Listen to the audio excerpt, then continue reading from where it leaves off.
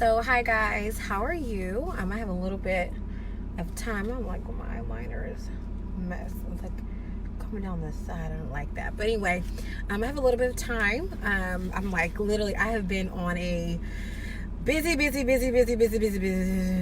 all day. I've had meetings back to back, but I finally got just a little bit of personal time, and I have somewhere to be at 9. So I'm just having a little bit of personal time, and I figured it'd be the perfect time to do a live and talk about a question that I received. Actually, it was from a woman who's looking to launch a hair company, a hair business. But I figured I would kind of group it all together for anyone looking to do retail or product-based business. So if you're not aware, I'm actually doing a 4-week e-commerce bootcamp that's hosted actually in my local state of Delaware, and I was acquired by a government-funded program to teach to entrepreneurs on how to start a e-commerce business. So this is a great topic because I'm already talking about it, something I've been teaching on. We're going to dive right into it because I want to make sure I cover the premier basics. So a lot of people ask me, Genesis, I'm just getting started. What do I do? What's the very first thing that I should do when I'm launching a product-based business? Okay, so you're selling retail. We're not talking about services. We're talking about a physical product that you're selling, and we're focusing in this video on B2C. B2C is business to consumer.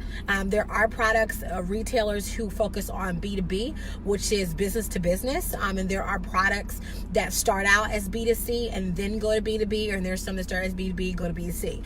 We're going to focus on B2C today, and that means that you're selling a product that is directly to consumers, directly. So it's not like you're shipping your product off to a distributor and then they sell the product. No, we're talking about where you are selling a product directly to a consumer. You're putting it in their hand or you're shipping it to them. Okay.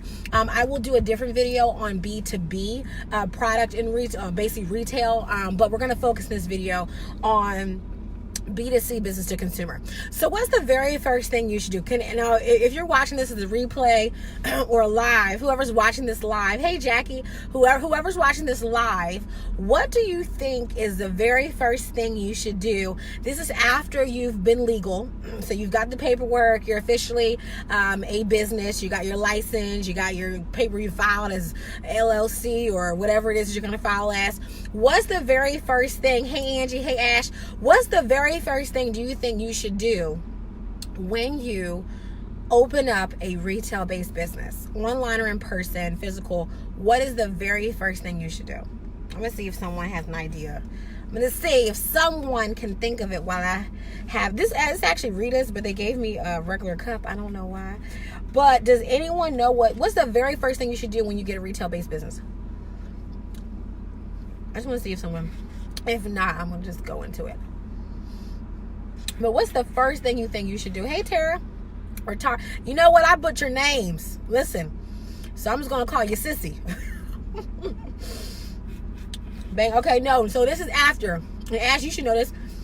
I'm basically, once your paperwork is done, you have all your paper. Where's the very first thing you should do? And we're talking about from a business perspective. So you've got, okay, the second way. Got it. Okay, no. Angie, before inventory, before I fill my house with a ton of inventory, what's the first thing I should do? Before I spend money on inventory, what should I probably do? Okay, you're getting warmer. We're getting warmer. Finding your niche. Okay, Angie, you're getting closer. What should I do? What should I do? Finding it. Okay, Jackie. Now that's gonna come after inventory, so that's close. Finding. We're getting close. We're getting close. I'm probably gonna give y'all answers like I want to GG. Branding comes like towards the end. Okay, I'm gonna say it. So. Jackie got it. So the first thing you do, this is big. The first thing you're going to do before you focus on launching any business is you're going to research. Now, I'm currently working on, when I say currently working on, I'm going to prove it to her. I have been working on making an e-commerce kit. It has everything in it. It has worksheets. It has quite like everything. I feel like anybody should do when they launch an e-commerce business, right? So in this kit, the first set of worksheets on building your business, and even if you are currently, I know I didn't offer y'all any help. I didn't offer, but Jackie still got it though. Jackie got it. And before you get started though, is that in there I talk about research. Let me tell you something. The first thing you want to do, and if you are currently running an e-commerce business, listen to me. Listen real fast. Listen faster than fast. Even if you're not online, let's say you're just selling product, if you're vending whatever, listen to me. And if you're watching this and you have friends who are selling products, you need to share this to them. You tell them you need to watch Gigi. It's going to be the hashtag Gigi taught me, okay? The first thing you're going to want to do is that you are going to want to do research. Most people don't research. And if they do research, they do lazy research. Like you Google something, you're like, okay, these are my competitors, and those aren't even your competitors, right? So let me tell you what you should research. And I talk about this in the e-commerce bootcamp. I'm going to be doing a lot more with this, so get ready, y'all, from all people asking. It's coming. So the first thing you want to do is this. You want to research what is currently out there in the market. As someone who is in retail and selling products, you always want to make sure that you have the heart of your customers and your consumers. Because a lot of times the problem is that we're picking things that we like and we're not understanding what our customer likes. Because a lot of times what you like and what your customer likes may be two different things, right? Sometimes, too, you have to understand what the trends are in the market. Now, some people say, well, I'm not trendy. Well, you still need to figure out what's trending in whatever market or niche that you're trying to feed, okay? Sometimes we feel like we know all the answers when your customers are the ones who are buying your product. So research also includes talking to customers before you open. Some of you could have had customers on the first day you open, but because you never told them that you were open and you never had any question on what they would like to have when you opened up or whatever, guess what? You open up to basically a whole bunch of strangers who do not even know you're in business, and then you launch some products that no one even knew that was coming out, when you could have saved yourself and really started to figure out and really spend time talking. A lot of times we feel like we need to get a business up tomorrow. And so because of that, we're rushing, trying to get all this stuff done, and you're wasting your time. It's funny, you actually waste time when you rush. You think that you're making up for it. You think that by rushing, getting stuff out, that you're not wasting, I don't want to waste any time. But guess what? You do waste time when you have inventory sitting in your house for months and it's not being pushed out. That's wasting your time. So instead, talk to people and create customer interest that way. Talk to customers, talk to potential people, ask whoever your target audience is. You want to have, and I call this a research journal. Okay, for some of my clients, I have them do this as homework. It depends upon the market. But I have them have a research journal. And you know what it is? They talk to strangers. They talk to strangers, especially those who are in the fashion industry. You may see someone with cute clothing on. You may say, hey, I love your style. Like, where do you shop at? And you're collecting in your head where they're shopping at. Then you're going to those stores or online to see, okay, let me see why they would like this. You know, let me look online. Let me see what they offer. Let me see the sizes. Let me see the ranges, right? If you're, there was talking to someone who sells juice, and it's like natural pressed juices, so if you have people who love juice, love to drink juice, they're always drinking juice, ask them what they like, what kind of flavors do they like. You want to actually begin to collect research, okay? Because a lot of times business owners, they feel like that because they're making money or because they're having sales, that they know what they're doing. Guess what? You could have more sales if you did research. You could have more than enough, cash flow coming through your business if you spent more time talking to the people around you, or the people that have bought previously from you before, or people that you feel like match your demographic, okay? So you want to do research. You want to spend time researching. That's so important. In my kit, I even talk about focus groups and how to create focus groups around products and things like that to predict even before you invest into large amounts of inventory and working with manufacturers and doing all this stuff. I have a potential client who I'm working with soon, and she spent over $10,000 in obtaining products that are sitting in her basement right now, because some coach or whatever told her to go buy products so she could have products to sell. But guess what the issue was? She didn't have a tribe. So the second thing, after you do your research, here's my thing. I'm going to give you guys a question, and I want you to tell me what you think I'm going to say. What do you think my response will be?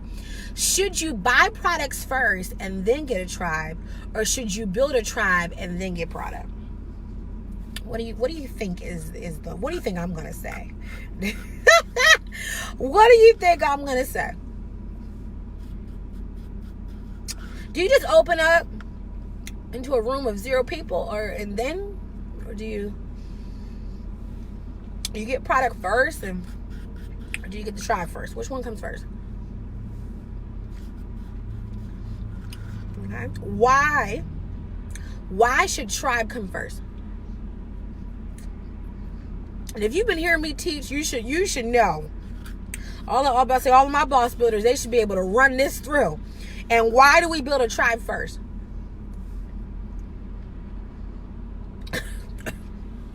Jackie, listen, Jackie said you got enough junk. Woo, Jackie said, listen, you got enough junk. Build a tribe. Okay. How many of you, okay, people waiting for product, okay, got it. Now here's another question. What is the hardest thing that you're facing right now in your business when it comes to building a tribe? Especially if you sell retail products. What's the hardest thing right now that you're having? When we talk about building a tribe, what's the hardest thing right now? I want you to think about right now, what's your struggle point? I don't want you to tell me some random thing. Right now, what is the hardest thing that you're facing right now in building the people to buy the product? What's the hardest thing right now that you're facing? And be honest. Listen, this is an honest place for honest people trying to build an honest business. It takes work.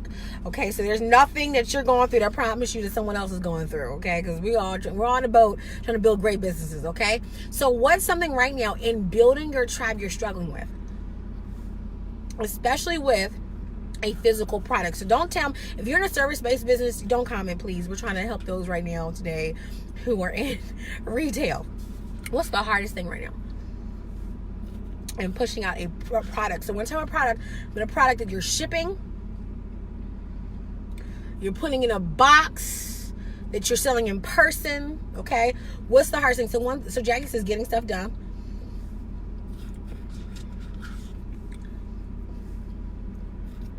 What else?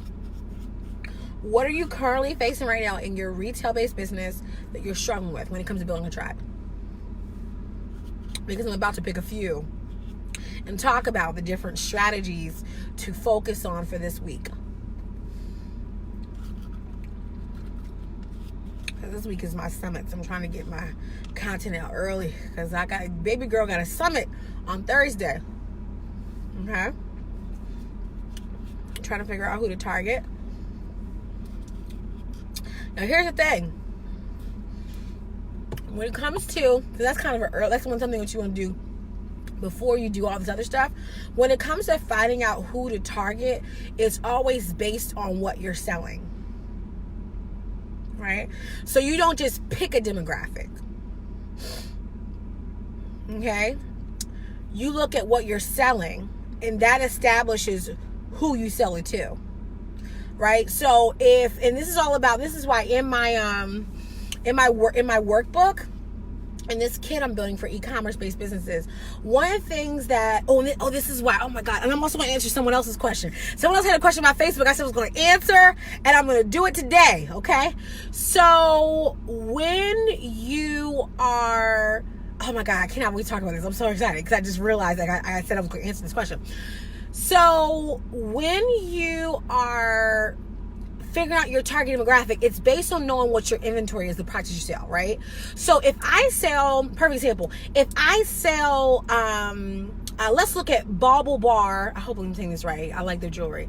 And let's look at like jewelry from like Forever 21, right? So Forever 21 jewelry, you're going to get like let's say between $1 up to maybe $10, $20 for jewelry max. And if it's like, if you're paying $20 at Forever 21, it's probably like a whole set of like earrings or something, right? But usually it's between $1 to $10 for a piece of jewelry, right? Then you have Bauble Bar, which I get from Nordstrom's. They also have their own store, own online store, and the jewelry is much higher, right? So you're targeting two demographics. You have fast fashion that targets people who are trying to get cute things but at a cheap price, real cheap.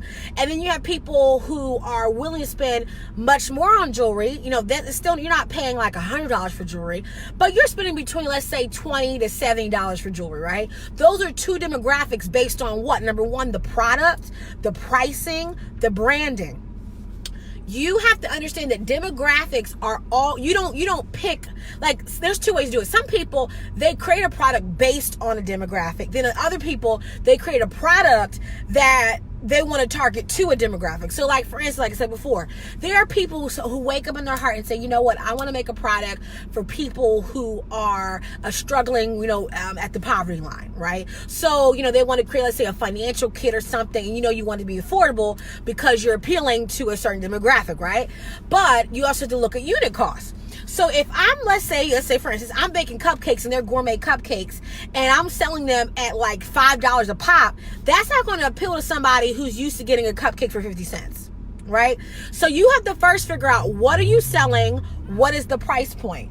That helps to establish and have who you're selling it to, okay? And price point is probably the greatest thing to really help to focus in. And then you got to figure out too, who is going to buy what it is that you have. And this is why too, you never pick a business where you just say, this is what I want to do.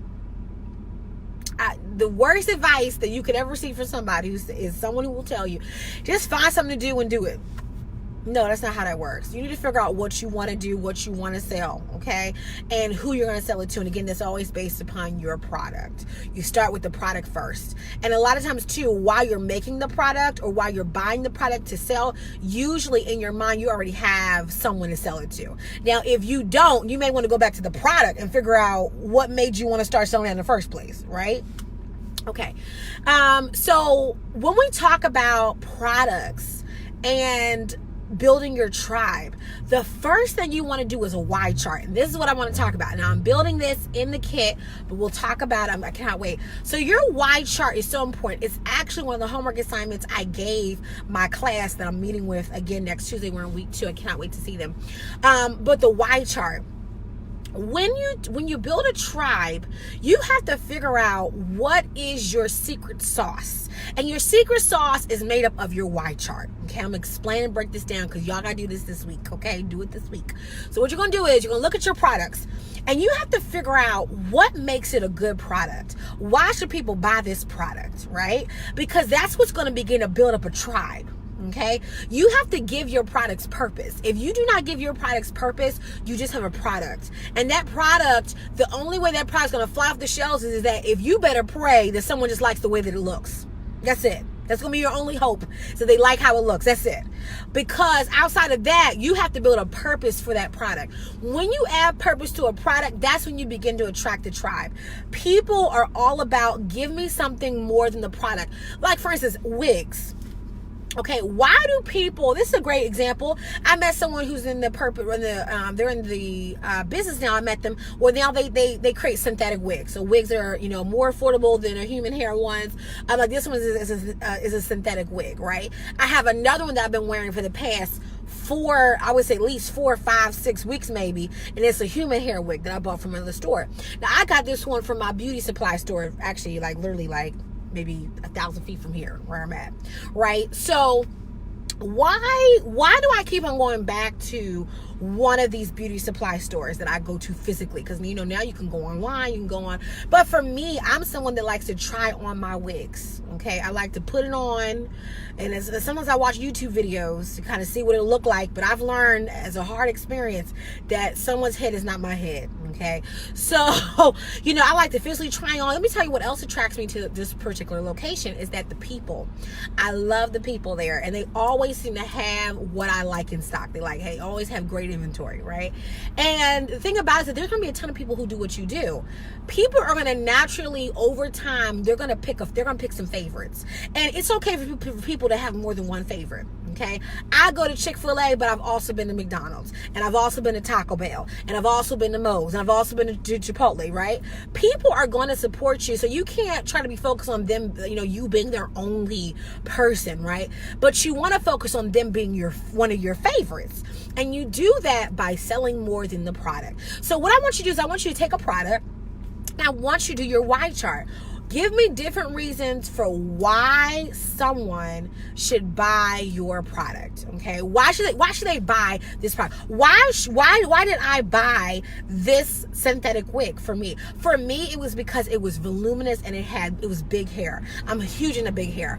I love the way that it fell all over my head. How I had the kind of Diana Ross, Shaka Khan, really more like Diana Ross effect with my hair, right? I like the fact that even though it was synthetic, it lasts longer. I like the way the wig cap was constructed. When people buy wigs, and I know this may not be a topic maybe you're interested in, but when people buy wigs, they ask all sorts of questions. Is it a stretch cap? Is it a full lust? What's the frontal look like? You know, does it have lace in the back and the front? Does it have stretch? Are there combs? Where are the combs at? Like, there are different features that make certain wigs sell than others. There are some wigs you would never buy because of the fact there's no combs. Some people like combs, some people don't. I need combs. I like the stretch band around the side, the adjusting. It's the features in the product that make it work for me. You can take even the most simplest product and make that thing sound like $1 million by talking about the features. Now you may say, well, Gigi, what are you talking about? Like, what features could I pick? Let's think about earrings. We're going to do I'm going to show you guys how easy it is to sell products, okay? When we talk about products, it's not that hard, but the thing is, you're probably overthinking how you sell, okay? Okay, so these are earrings. Now you may say, Gigi, I sell earrings. I don't really see how this would apply to me because they're simple. They're earrings. But guess what? We're going to sell a whole bunch of these earrings, right? Now, how are we going to do it? The first thing is that we have to figure out, number one, again, who we're selling to. That is based upon what? The product, the price, you know, who we're trying to market to. A lot of times, though, price is a huge factor.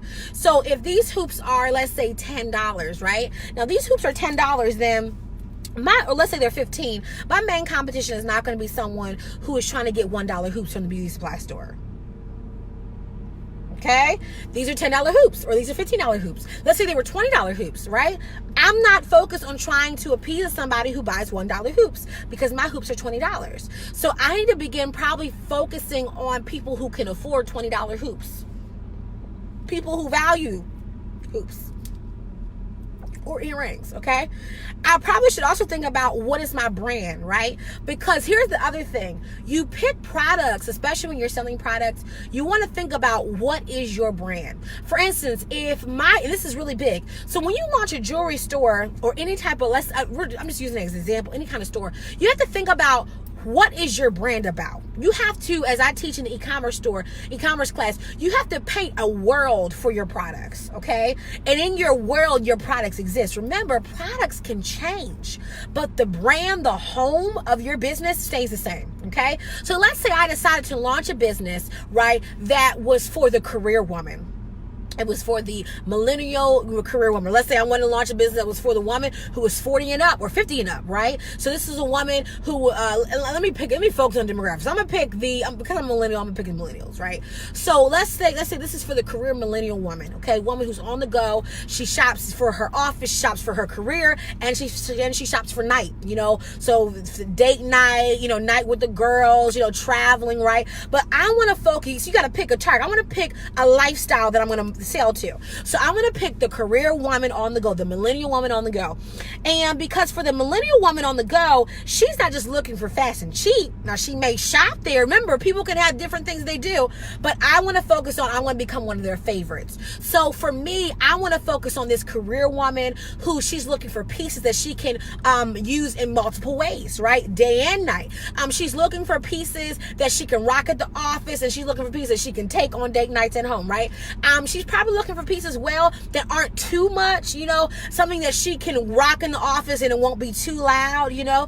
She's probably looking for pieces that are, you know, not cheaply made, of high quality, because she's probably not a person that likes to buy cheap stuff that's going to break her skin out or mess her up, right? So we want to look for jewelry that's maybe hypoallergenic, maybe products that have classic and chic style to them, maybe with a little bit of punch and flair. I can also have collections that break up different styles. So I can have jewelry that's for maybe more tribal and like festive. Then I can have some jewelry that's like for office, you know, everyday pieces. Then I can have some jewelry that maybe is for the evening wear, right?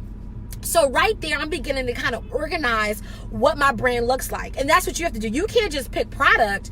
You have to begin thinking about, where do my products rest? A lot of people, they just buy product, then they're like, okay, I'm going to sell it.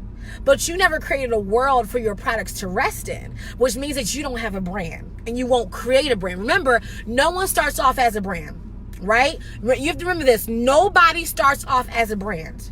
You have to become a brand. That's when people say, oh, I just launched my brand. I'm like, you didn't launch a brand. You can't launch a brand. You cannot launch a brand. Just because you're branded and you have branding does not mean that you are a brand. To become a brand means that you become recognizable by strangers. So if a stranger's not walking by and they're like, I don't know who that is, you're not a brand yet. You got to have enough people who can say, oh, I know that person, right? Not your best friend, not your church people, not the people you had at your job, okay? Duh, they already know that's your business. That's not a brand. A brand is something that becomes recognizable by people who do not know the brand, okay? So this is why you have to be humble. So someone says, if you have a sauce that's great for dipping, glazing wings, that includes other products. How do you patent it and make it your own in order to market it? So you need to actually, and I'm not a lawyer, so this is important to note. You probably need to talk to a lawyer on how you will need to trademark the name of your business, name of your sauce, at least the name of the product. It's important to trademark that. Please trademark it.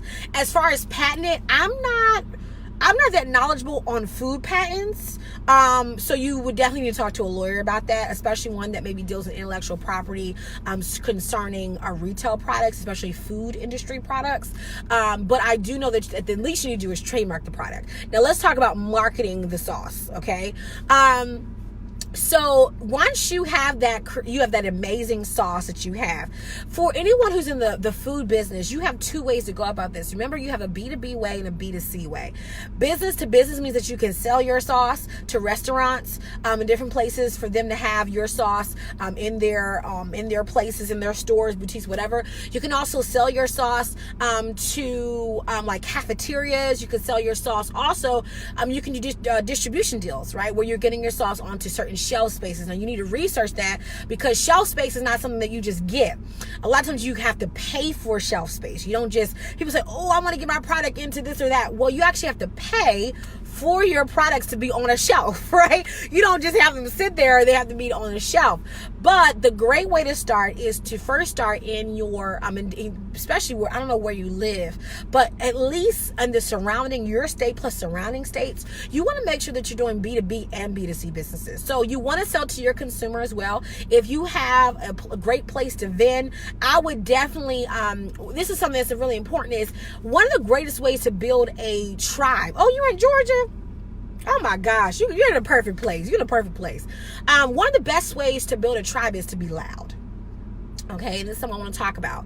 So some people, when they launch businesses, they want to just like sit in a corner and hide. And you really can't do that, okay? You cannot sit in a corner and hide and talk about, I got some products. Who wants to buy my products? I'm going to become a millionaire in 30 days. Someone's going to buy my products. And you're like in a corner whispering like a creep. That's how a lot of people are. So you really need to become loud. Okay, and becoming loud is a part of great branding. I'm gonna tell you why. Because a lot of people want to make money in silence, and that's not how that works. Okay, unless you cannot speak and you have a, let's say, you have a, I don't want to call it disability, but like for instance, Helen Keller was making a whole bunch of money. She may not have been able to speak, but she figured out another way to make those coins, okay? Listen to me, okay? Helen Keller may have been deaf and dumb, but that woman figured out a way to get loud. You hear me? That's a perfect example. People blind, can't see, still making millions. You know, you got to figure out that you got to be loud in some kind of way, okay? You cannot allow anything to make you shy. When you have product that you want to sell, especially if you start to manufacture it, bottle it, whatever it is, you need to push. And the biggest way to push is to be in front of people's faces. That is whether you do Facebook ads, whether you do vending, you're at shows. A great way for food-based products to be in people's faces is to vend or exhibit at food exhibitor halls, conferences. You know, you want to figure out how do you get in people's faces that need to taste your product. You know, if there is a huge food fest, you know, you need to have whatever your brand color shirts on. You need to have your whole team out there with brand t-shirts. You need to have those bottles set up right. Listen, you have to understand that you have to get loud with it. And a lot of people, they don't want to be loud with it. They just want, well, we have a product, if you like to buy it. No, get loud. Get loud. Get loud. Figure out how to be visible in ways that people cannot deny you, okay? I remember when there was a waffle business that was starting up here in Delaware, here in Wilmington. And come to find out, they actually have multiple locations. But they did not allow them from having multiple locations make them feel like they don't need to advertise. They were out in front of a Starbucks with a flipping sign that said blank waffles. I'm not going to say the full name, but blank waffles. And they were flipping the sign, passing out flyers with their t-shirts on. And then when they opened up in their location, guess what? They have customers. You have to realize that it is your job to be your number one cheerleader. If you have people who support your business, listen, I should hear you talking about it till my ears are literally like about to fall off. It should be where when I see your face, all that I associate with you with is everything that you represent. I should not have to guess that you sell barbecue sauce. I should not know. Everywhere I go, you talking about sauce. I can't even get you not to talk about sauce. I try to talk about cake, you want to talk about barbecue sauce. Like, what? But that's how you should be. So if I were you, number one, trademark your name, and then I want you to go loud with it. I want you to go as loud as possible. The problem with a lot of us is that we never believed in ourselves to the level of promoting ourselves like we should. And that's why, so for some of you, that's why you quit. Let's just get real.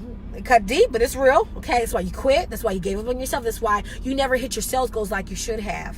Because if we should be honest, you found an open door of excuses to walk on through with your little style, walk right through the door, be like, oh, I don't need to do it. Oh, not gonna work on my business. Oh, you try to slip out the door. Okay, this is not the time for you to do that. Okay, you need to push this product. That's why I'm so excited. I'm working on something with this e-commerce side, and I cannot wait. I'm building a separate side for this, and it's gonna be for those ready to push some product. You gotta push. Listen, I'm not approving drug activity, but listen, if criminals can push these drugs out to these streets, surely you can push some product. Listen, people out here destroying our communities, putting moms on crack and dads out of their houses and destroying the family structure and system. And we're scared to sell cupcakes. We don't want to talk about our cupcakes, but the drug man on the corner, he can destroy somebody's life and have them OD. But here you are, you got a cupcake to sell. You like, I have a cupcake. These are my cupcakes. Yeah, these are my cupcakes. Oh, you like to buy one? I don't have anything to take your money with. I have Cash App though. Like, come on, we got to get ready for this. Like, if you really believe in yourself, you got to get your stuff in order, okay? And you have to. It's gonna take time. It's gonna take a lot of work, y'all. I cannot deny for you how much. For some of you, where you live is not the best place to sell. You may have to get in your car and drive 45 minutes just to sell your product. Right? But guess what? If you believe in your product, you will save your gas money to get in the car and drive 45 minutes to an hour to go push product and drive your behind back home. But a lot of times we find little doors of excuses to walk through so that we don't actually do what we really love to do. Right? But you got to realize that what you love to do will not come easy to you because it's something that's going to take all of you in order to have it. Okay? Now, someone else asked a question. I want to get there. What is your opinion of keeping product inventory versus made/print to order? So if you know, and this is the reason why I'm an expert and why some of these people are just taking my content, trying to sell courses, don't know what the heck they're talking about. Because I remember someone took one of my drop shipping classes like maybe about 2 years ago, I think. And they went out, launched their own course, and was teaching people a whole bunch of stuff that's not what I taught. Because something that people really have to understand about print on demand is that print on demand is not a sustainable business model. This is what people don't understand. I teach on it, yes, because it's a great place to start, but it's never a good place to keep yourself at. And some people may debate with me, it's fine. Just look at the numbers. Those margins are not healthy enough for you to remain completely in business. And when I say this, I mean really in a scale factor. I mean, you can remain in business forever and sell print on demand. But I think that in order to get to a certain level, if you want to scale the company, eventually you will have to move at some point either to in-house or finding a cheaper manufacturer, which most people find overseas. Or if they do find local, they've made a deal so that the price points aren't as high. The point is that for t-shirts or for anything that is I think you were saying t-shirts, I just want to make sure, basically a product inventory or made to order inventory, you may start with POD, print on demand, but eventually you're going to want to move to in almost a transitional way to having some inventory. You're going to want, because again, the margins are lower when you order things in bulk, when you get them pre-made, okay, versus the print. Because think about made to order or print on demand is that the reason why the margins are so high is because you literally are getting one item printed at a time. And people in this market as entrepreneurs think, oh, I should get a deal. It should be cheaper than that. Why should it be cheaper? You are literally only getting one order made at a time. Why should it be cheaper? You're getting the luxury of not even having to order 30 or 50 shirts at a time. So of course the margins are going to be much higher because these businesses that are printing for you are printing one at a time. Even though they may be using a DTG printer, which is a direct to garment printer, where it's basically like inkjet. It's almost like an inkjet printer basically. It still is one item at a time. So the smartest thing to do is that you may start at full print on demand. Eventually you want to add at least, I would say, between 10 to 20% of just physical inventory. You use that physical inventory to then go vending, exhibiting, which are basically the same thing, but there is a difference. Vending is usually smaller avenues where you're selling product. Exhibiting is usually things like huge conventions, huge summits. That's usually where you're doing exhibiting at, where it's like where you have a whole setup, right? And it's also too for just selling products directly to consumers. With usually physical product, you have a better margin because you had to order a bulk amount of them.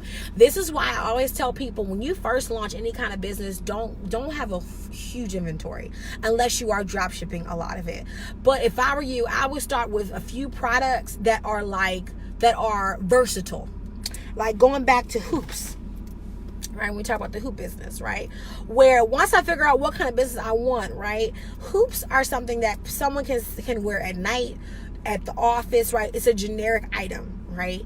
And if I can push these hoops, first of all, I'm going to find some influencers, and I may have to stack some money up, but guess what I'm going to need to have to do, right? I may need to get these in the hands of some friends. Listen, when you first build your business, it's going to require you some money, okay, to kind of push it out. So I'm going to find, number one, I'm going to find products that can be used in some versatile ways, okay? That way I'm not putting myself in a corner where only like a certain percentage of my demographic will want it, right? So when you first launch, start with some generic products that fit your niche, but that are still wide scope enough to where the majority of people in your demographic will want them, okay?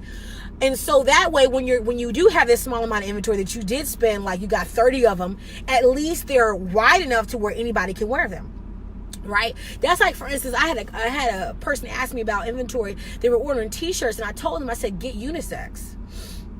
If you have to order 50 of them or whatever, and you sell to both men and women, don't just get 30 women's t-shirts. No, get a design that is generic, right? Now when I say generic, get a design that a man and a woman can wear. That way, for this first bulk of 50 shirts that you have, and especially if you are for men and women, you won't bleed dry, right? Because if you get 50 women's shirts and a guy's like, oh, I want one because you said that you sell to both men and women, it's going to be easy for me to push out product. Now, if I'm a women's only brand, that's different, right?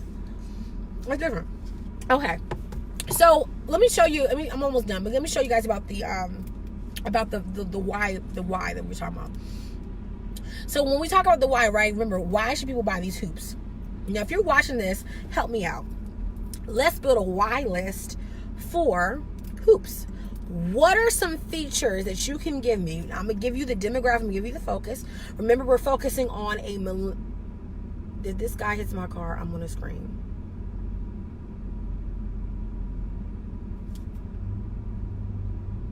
I'm about to honk my car. Woo, made me nervous. Sir, your car's too big. Sir. Oh my gosh. Oh my God. Holy Spirit, keep me. Sir, you are just, this is not. Sir, go find another parking space. This is not it. Your truck is too big. Whew. Sorry, guys. I had a little moment of, I got my little kid. So listen, my little hamster car. This is my baby. I just got it in January. This is brand new 2019. I'm about to pay this thing off in about a couple more months. I don't got time. Okay, we're good. Woo-wah, woo-wah. So, I want you guys to pitch for me these earrings. Remember, we're going to focus on the why list. Why should people buy these? Let me first give you the demographic. We're focusing on career women, career millennial women. So young women who are out of college, they're working their careers, and this is a jewelry business tailored to them. Okay, so this is the woman who, she works at her job during the day, or maybe she's a young entrepreneur during the day. At night, she may go to networking events. She may go out with her friends, okay, her girlfriends. She's a traveler, right? When you think about a career woman, usually they're a traveler, so they have travel. They go out of town, they socialize. So why should this woman buy these $20 earrings? Give me a why feature. Number one, look at the product, okay? Look at the product, okay? And I want you to pitch. Now, you may make up some stuff about these earrings, because, listen, you may say they're hype. Well, I don't know. You can make up something. But what would be a reason for me to sell these products? What would you say are the features of these hoop earrings? Let's see if some of y'all understand how this works. Okay, you pick a product, and you need to defend for me why I should buy these hoop earrings. Why should I'm a career woman on the go? Why should I buy these hoop earrings? What makes them more than hoops? I'll put these in my ears because I had them in my ears first. Earlier, at least.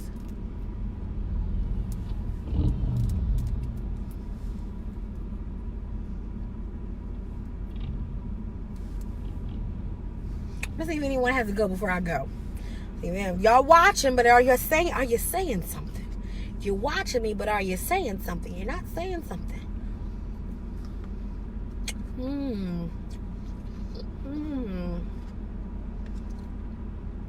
I'm just gonna watch y'all. Y'all watch me, I'm gonna watch y'all.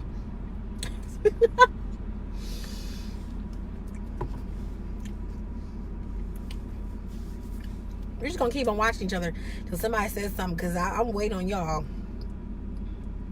Okay, thank you. I hope I'm saying your name right. Tamara. Please, I butcher names. So Tamara. Okay, I'm just going to say Tamara. Okay, they're coming. Okay, so now y'all want to talk. See, if I sit here and stare at y'all, then y'all talk. So now I know what I got to do. I just got to stare here in silence till y'all talk. Okay, so Tamara said silver hoops are a staple for anyone with any outfit. Jackie said light, classy, goes with any outfit. Use to dress it up or dress it down, capture the attention of who you meet. Hey, Jackie adding copy to this. Jasmine said lightweight, very attractive, lead and nickel free. That's a nice feature. Multi-purpose, great quality, lightweight, versatile, hypoallergenic, affordable. Hoops can be worn during the day while at her career into a networking event at night. Listen, okay, so I don't just say, oh, buy our hoops. Are you serious? I can get hoops from anywhere with that kind of sales pitch. What do I do? Here's the very important thing I'm gonna do. Number one, if I'm gonna market my products, I have to put the person's life into the product, right? I gotta think about the person's life. Okay, I gotta think about how they live, how they work. That's like, for instance, when KFC came out with the to-go cup. Probably one of the smartest things they could have ever done was that cup. It fits right into your cup holder, right in your car, and it literally is crafted to sit in your car so you, as you're driving, you can eat. Probably one of the smartest products they could have came out with. Why? Because they thought about the consumer's life. They love their chicken tenders, love their fries, but guess what? Man, I'm trying to eat KFC out that box. Who can eat out? Now, I'm actually a master at eating out. I am a master at eating fast food in the car. Okay, I'm trying to tell. I have one hand on this whip, and I have the other hand. That hand can maneuver through a bag faster than a mouse trying to find cheese. You hear me? My fingers are nimble and quick. Okay, but for most people who are not as experienced as I am, okay, they need something on the go. So when you think about your products, you think about how does it fit in the consumer's life. So as you guys talked about, benefits that would fit them. Someone said lead and hypoallergenic, lead and nickel free. Those things do matter. Right now, again, that's for the demographic. Now, if I wanted to sell cheap jewelry, I would not need to focus on it being lead free or nickel free. Right? I mean, think about it. I bought jewelry from the hair store, and the next day my ear was green. Okay, so, and guess what? I went back, and guess what? Next week, I was right back. I bought it back, and I didn't think about it. I was like, listen, now this time it cannot turn the back of my neck green. I remember one time my mother, she bought some jewelry, bless her heart. She bought it from a Chinese beauty supply store, and the next day she had like a little ring around her. I was like, Mom. I said, what is that? She said, what? I said, Mom, did you buy a necklace from that Chinese place again? She said, no, I didn't. I said, Mom, you literally got a ring of green around your neck. She said, oh.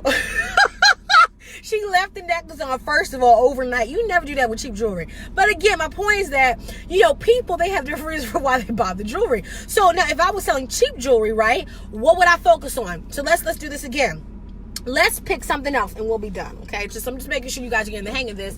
And this is why you need to do your why chart, so that you understand why should people buy this product, because that will be your pitch when you're talking about your products, okay? We're going to do another product. I'm going to do, let's see here. Okay, we're actually going to do something a little more expensive, because for those of you who sell more expensive products, we're going to do this. Now, this actually came with my Neverfull. It came with it, so it didn't come separate.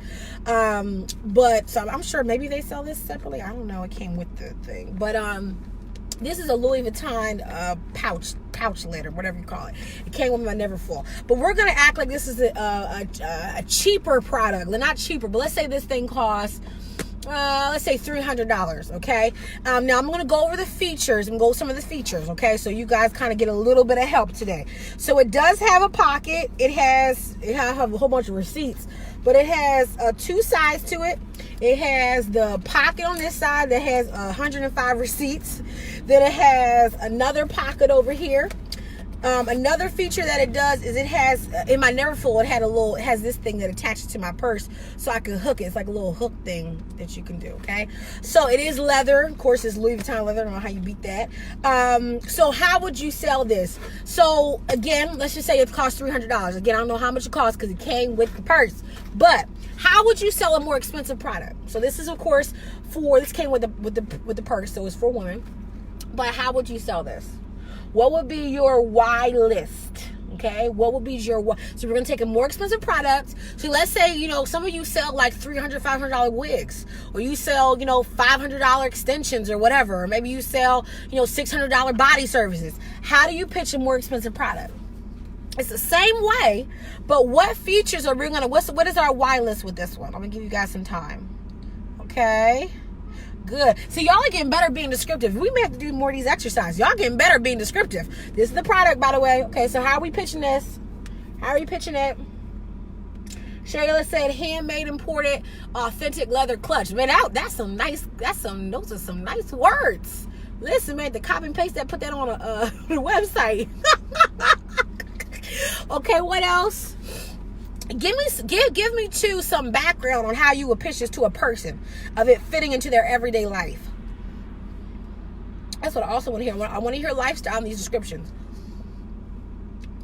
We're almost done. I'll be on my way.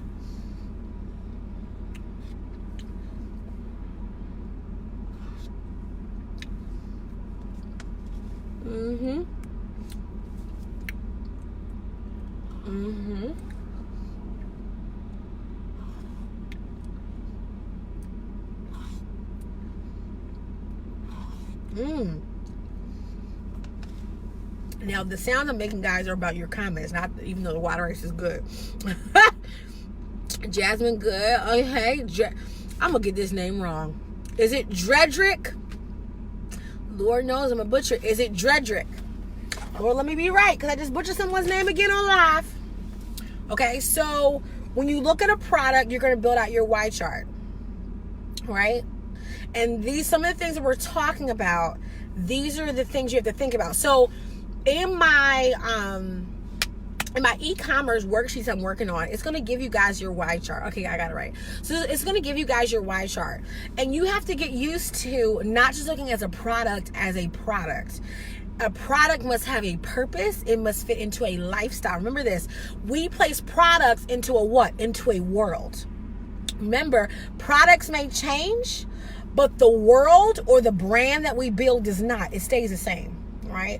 So for instance, when you think about, I love Louis Vuitton. I've been a huge fan for years, even though I have a huge problem with the bag that I have that I've been rocking today, because it's creating holes inside of it. And I bought that bag a year ago, so I don't know, Louis Vuitton is slipping a little bit.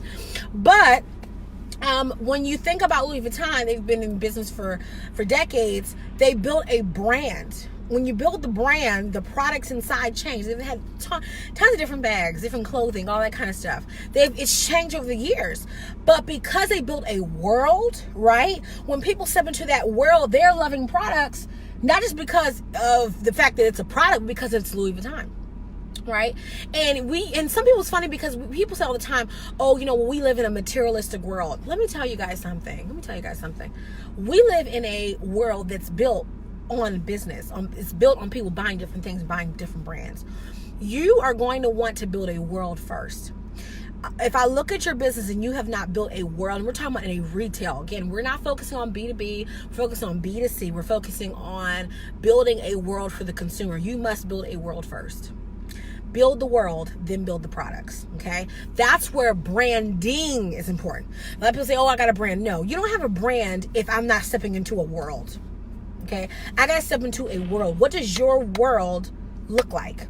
What does it feel like? This is why I taught this last week at my e-commerce bootcamp, but a lot of people want to sell products because they don't really think that building a world is important.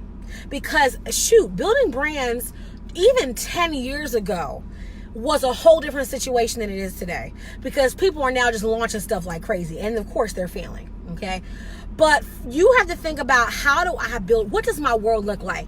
Who are the people that I want to place into that world? What do they feel like? What is their life like? What are they struggling with? How can my products help them in that measure, right? And even when you think about clothing, for instance, when you think about the world you're trying to build for your consumer, you have to think about their bodies. You got to think about how they feel. If you're building a brand for women 50 and up, well, how they care about clothing is different than somebody who's in their 20s. How they care about the fabric. If you're a woman in your 50s going through menopause, your body feels different than the person who's 21 and is trying to have a hot girl summer, hot, whatever they call it. So your body's different. So the fabric choices are going to be different. How the clothing is draped across the body is going to be different. How the products are made are going to be different, right? So when we talk about retail and business and product development, all this kind of stuff, take your time to think about your consumer. Take your time to build that world. It's going to take time, but if you build the world right, the products, as you place them in, and as you begin to talk to consumers, build that relationship, talk about and figure out what are the things that they want. Some of you could have more dedicated sales if you started talking to people, but no, y'all don't want to talk to people. Y'all just want to launch product, just be like, hey world, I got this, go buy it. And people are like, I don't even know you. Who is you? But for real, take your time, have conversations, get to know people, then sell product. Y'all got that? Okay. Any last minute questions before I let you guys go? I think this is a good video on the first thing you should do, even though we cover a lot more things. But anyone have any questions before I let you go on specifically product and retail? Is there anything you're trying to focus on this week? Anything you're trying to slam out this week that you would want help on before I let you guys go? Now, don't come into my inbox later, because I'm going to be like, well, you should have been live and asked the question before I did, So, is there anything you guys are working on this week that you need my help on that can be in question form, or are we good to go?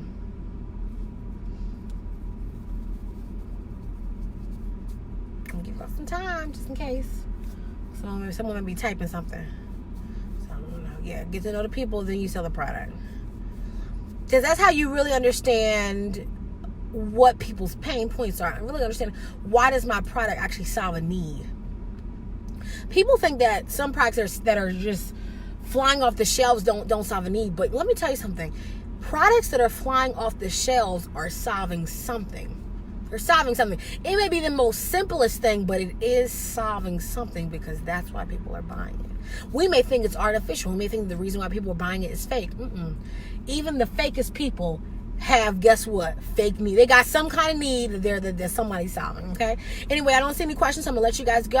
I'm going to post this on my YouTube channel, because I think they're definitely going to need it. This week, I have a summit happening on Thursday, so I am going to be a little bit busy, but I'm going to be focusing on journal and planner videos, so stay tuned for that. How to build a daily... Oh, now the question's coming up. Oh, hold on. Oh my God. Okay, hold on, y'all. How to build a daily journal that includes recipes along with inspiration. What do you mean by how to build? Do you mean like how to design one? You mean how do I start to plan and create one? Because that can mean a lot of things.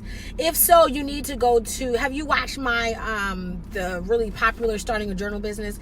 That goes through a lot. And I even did I did some more updated videos on my channel, my YouTube channel, that has some tips on journal making. I'm thinking about doing a video tonight, because I've gotten at least 20 questions in the past week on journal creation through like my email and stuff. So I am thinking about doing a video tonight, probably around like 11 o'clock, if I do one on journals and planners, because yeah, that is a highly requested one. I do have a 4-week boot camp coming up in August.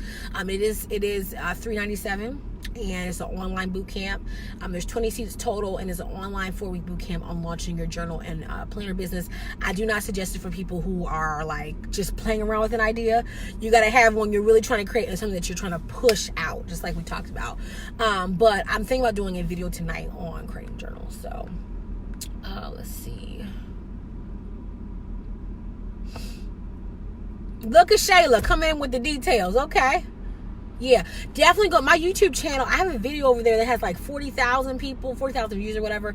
It has a lot of comments, a lot of people. That's where I've gotten a lot of people, literally, like, my tribe is growing. That's why I got to keep on feeding y'all, so y'all getting this knowledge and this content. Y'all got to get this content. But, yeah, it has, there's some like, I'm telling you, I'm not trying to brag on myself, because it's all God, but I wish I had a me when I started this thing, because I really didn't. And I would have saved a lot of time and a lot of money if I would have watched some of my own YouTube videos. If I had them, if there was like another Genesis out there and did a journal video. Because one of the things I talk about in those videos are like things like how to lay out a journal, like things to think about in actually making good products. Like, what makes a product actually sellable? Like, on the fact that a lot of people, when they make journals, they make the journals for themselves and not their customer.